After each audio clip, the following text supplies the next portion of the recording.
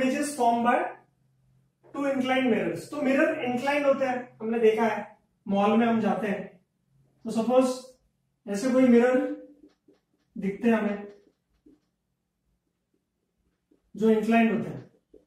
Malls में जाते हैं या फिर हेयर कटिंग सैलून में जाते हैं तो एक मिरर ऐसा होता है सामने, एक पीछे होता है, बीच में यहाँ चेयर रखी होती है तो हमें इमेजेस दिखती है बहुत सारी।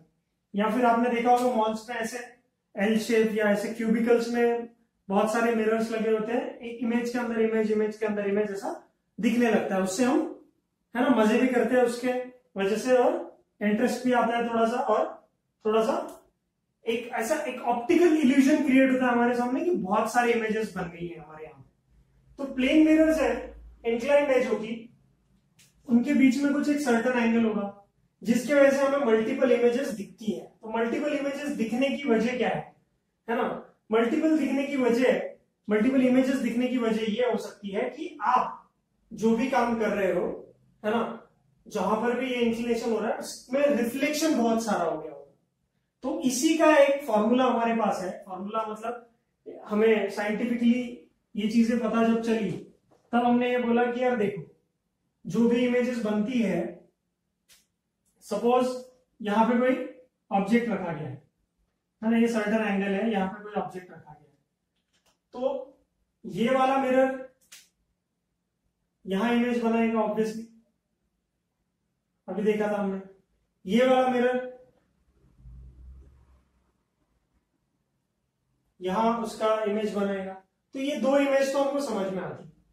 फिर ये मिरर इस मिरर का इमेज बनाएगा, बात है कि नहीं?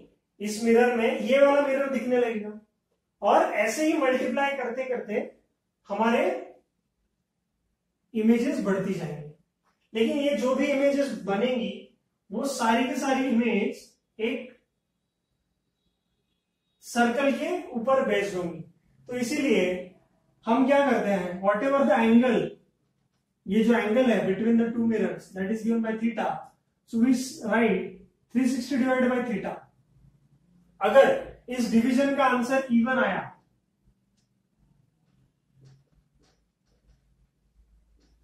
इस डिवीजन का आंसर इवन आया, तो हम क्या करेंगे, नंबर ऑफ इमेजेस जो मिल रही है दैट विल बी, अगर ये वैल्यू n है, इवन है, तो n-1 कर देंगे नंबर ऑफ इमेजेस। अगर इवन आई तो n-1 कर देंगे, ये हमारी फाइनल वैल्यू होगी इमेजेस की। जैसे यहां पर सपोज मैं एंगल लेता हूं दो मिरर्स के बीच का 60 डिग्री, मतलब एक मिरर दूसरे मिरर से इंक्लाइंड है कितने पे, बेटा क्या यहाँ पे समझ में आ रहा है ना? थोड़ा बहुत नहीं, पूरा समझ में आना चाहिए।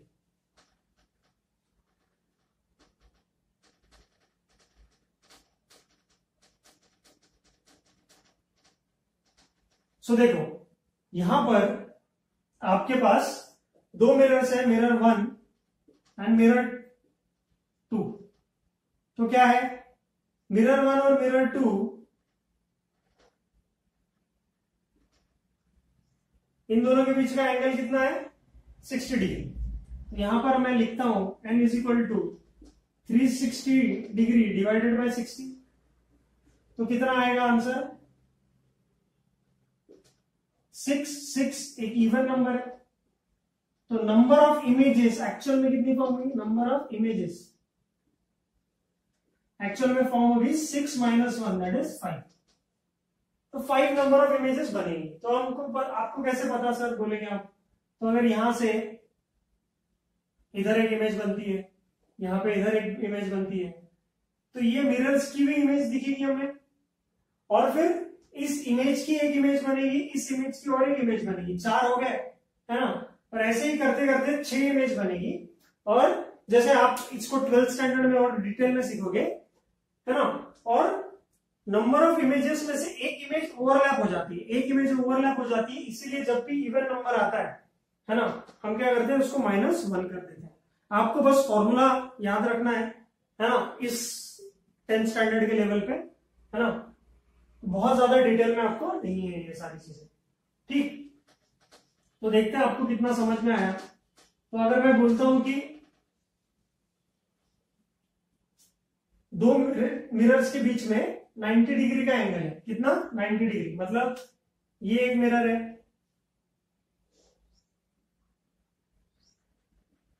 अंदरूनी पार्ट उधर वाला ले रहा हूं मैं, इधर वाला पॉलिश्ड है। दूसरा है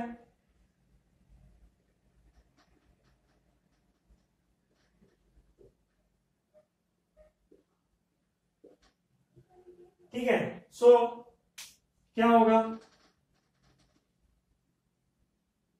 बताओ, 90 डिग्री इन दोनों के बीच का एंगल, तो 360 डिवाइडेड बाय 90 तो कितना आएगा 4, इवन नंबर है फिर से, तो 4 माइनस 1 कितना होगा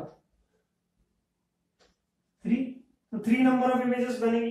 जैसे अगर कोई इमेज यहां, ऑब्जेक्ट यहां पर है, this is the place of the object, तो इसकी इमेज इस मिरर की वजह से नीचे बनेगी यहां पर, इस मिरर की वजह से यहां बनेगी, अभी हमने देखी प्रॉपर्टीज, ठीक है।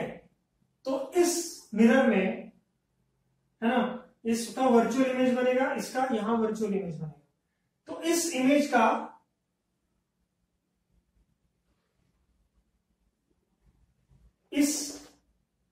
का और एक वर्चुअल इमेज यहां बनेगा, और इस इमेज का और एक वर्चुअल इमेज यहां बनेगा, तो ये हो गया ओवरलैप, और ये पूरा का पूरा एक सर्कल पे बनता है,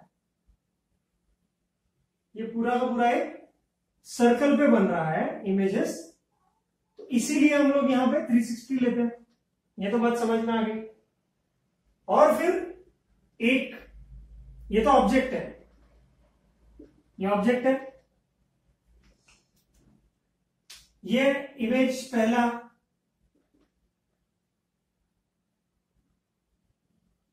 ये भी इमेज है,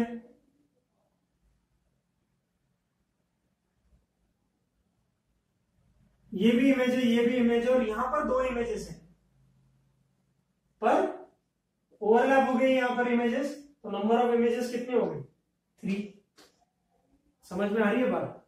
सो what I am trying to say is कि whenever the number comes out to be an even number, right, so what will do, we will subtract 1 just because there is some overlapping happening। Overlapping कहां हो रही है, क्योंकि उसकी वजह से एक इमेज हमको माइनस करनी पड़ रही है, ठीक है। This is what the concept is. इतना डिटेल में नहीं आपको पढ़ना है, आपको बस फॉर्मूला लगाना है, इवन है तो -1 करो, सिंपल है आप लोगों के लिए, ठीक है। ऑलराइट, तो आगे बढ़ते हैं। जैसे इवन के लिए होगा, जरूरी थोड़ी हमेशा एंगल इवन हो, है ना। फिर पॉइंट में भी आ सकता है या फिर ऑड भी आ सकता है।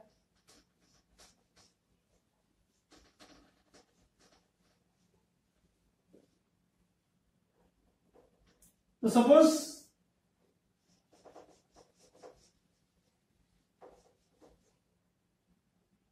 ये अगर मैं बोलूं कि 360 by 30 by this comes out to be odd, तो ऑड के लिए क्या करना है, तो ऑड के लिए हमें देखना है कि वो सिमेट्रिकल है या एसिमेट्रिकल है। सिमेट्रिकल एसिमेट्रिकल का क्या मीनिंग बोल रहे हैं, मतलब ऑब्जेक्ट इज सिमेट्रिकली प्लेस्ड और not, object is symmetrically placed और नॉट। तो यहां पर अगर मैं यहां पर लिखूं कि 2 मिरर्स है, उनके बीच में एंगल 40 डिग्री है, ये मिरर 2 है, ये मिरर 1 है, angle between them is 40 degree suppose, यहां पर मैं डालता हूं 40 degree, this comes out to be 9, 9 is an odd number, odd number है। तो यहां पे मुझे देखना पड़ेगा कि इस एंगल के एग्जैक्टली एंगल बाइसेक्टर पे ऑब्जेक्ट है क्या। ऑब्जेक्ट अगर एंगल बाइसेक्टर पे है, मतलब सिमेट्रिकल है, तो हम क्या करेंगे 9 - 1 कर देंगे, तो आंसर आएगा 8। क्या आएगा, अगर वो ऑब्जेक्ट, इफ द ऑब्जेक्ट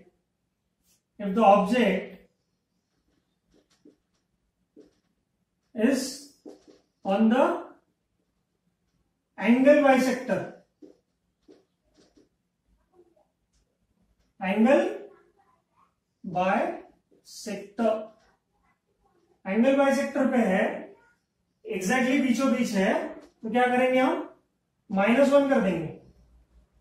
अगर असिमेट्रिकल है, मतलब कहीं भी रखा है, यहां रखा है, यहां रखा है, एंगल बाइसेक्टर पे नहीं है अगर, तो डायरेक्टली ये वैल्यू लिख देंगे 9, तो 9 विल बी आंसर। तो नंबर ऑफ इमेजेस कितने हो जाएंगे, एसिमेट्रिकल है तो 9 हो जाएंगे, सिमेट्रिकल है तो -1 कर देंगे हम। समझ में आ रही है बात, ठीक है। और अगर आप, तो ये बात समझ में आ गई सिमेट्रिकल नॉन सिमेट्रिकल की, कि अगर एंगल बाइसेक्टर पे है तो -1 कर दो, क्योंकि यहाँ पे एक ओवरलैप होगा और 2 केसेस आपको फाइंड आउट करनी है, ठीक है। इवन है तो डायरेक्ट -1 कर दो, ऑड है तो पहले देखो कि सिमेट्रिकल है कि असिमेट्रिकल है, उसके बाद डिसीजन लो, ठीक है। समझ में आ रही है बात है।